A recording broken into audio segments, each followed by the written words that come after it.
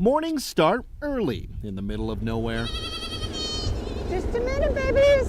Just a minute. But even out here, Come on, mamas, let's go. there's plenty to be done. Guys, today is not the day. You ready?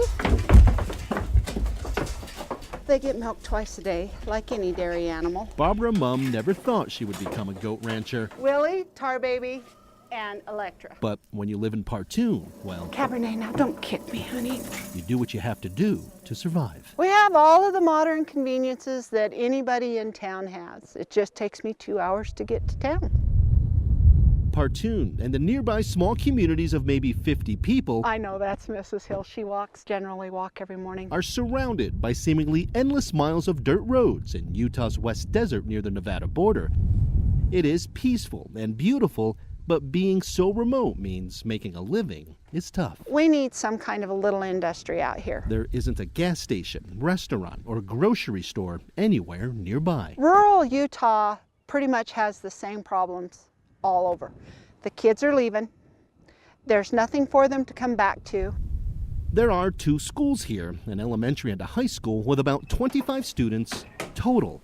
This year's graduating class is 2. What I do know is there used to be 150 kids in this school at one point, and now we're down to 12 in the high school. Kind of shocking coming out here the first time. This is Daniel Kimball's first year teaching at West Desert High School. He moved here because, besides being a job, the incentives are pretty good, like housing for him and his family. We don't have to pay housing or utilities, which is amazing.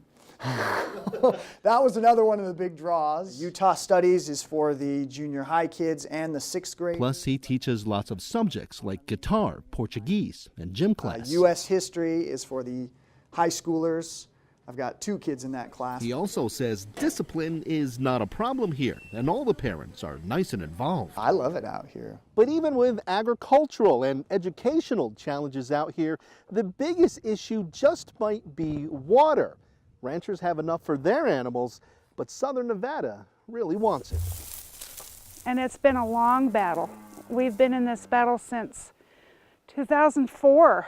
So Annette Garland has a ranch in Callio and is worried about the continuing fight with Southern Nevada's Water Authority, wanting to build a water pipeline. there's not a surplus of water here. They build the pipeline, they take the water, it devastates this valley, and it'll be a few years, and then they'll have to go somewhere else. So far, Utah's governor has sided with the West Desert community.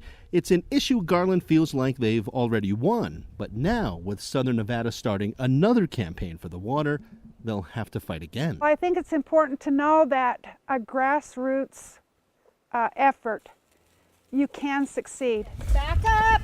Back up! Come on, guys, you can't. Even if they do, many worry about the long-term survival of their West Desert communities. It's not a simple solution. Mumm says the handful of ranching jobs is enough to at least allow for some families to live here, but growth, she just doesn't see it. We don't have to be a big city, but we need something. It is beautiful and peaceful, but as always, challenging. On the road to understanding in Utah's West Desert,